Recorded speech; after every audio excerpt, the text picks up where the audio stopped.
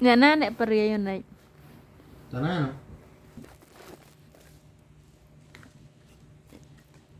xăm một nhà na xăm một con Hôm nay mày mà xăm một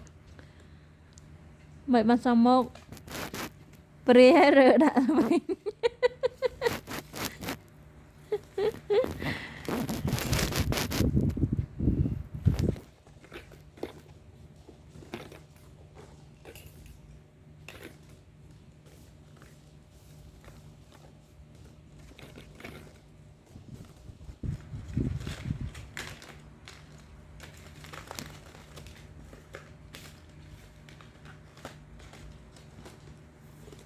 đã nó còn mày đuôi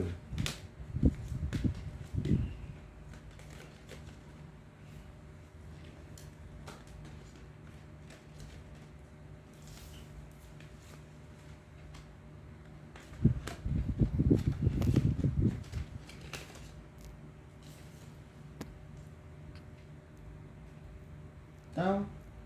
nó chơi kia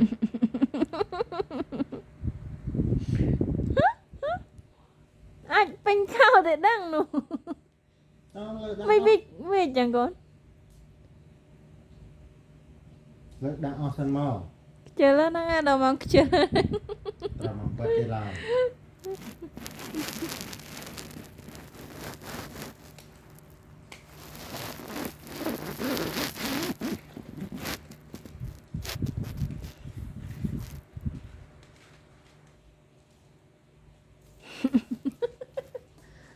xăm một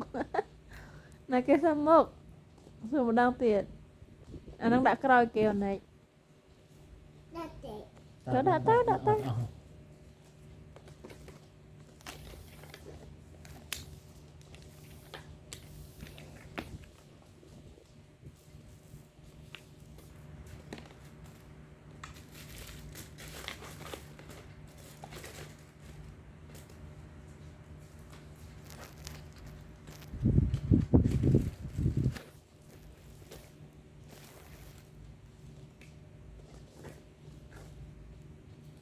vì sự bua còn đạo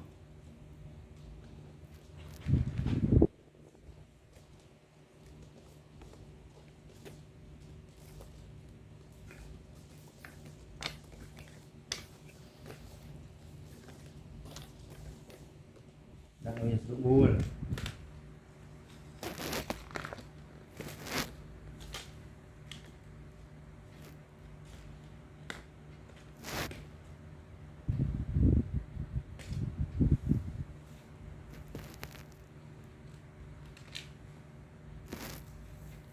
lại nữa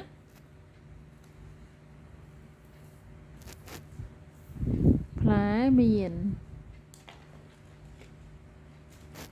mọi chuyện nè lãnh đạo tròn nó nè YouTube nó lãnh đạo vô tới nè nắng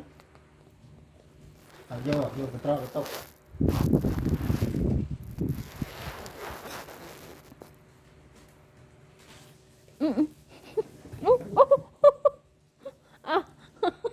ở lấy ở đây nó mùi rồi giờ tao đã bánh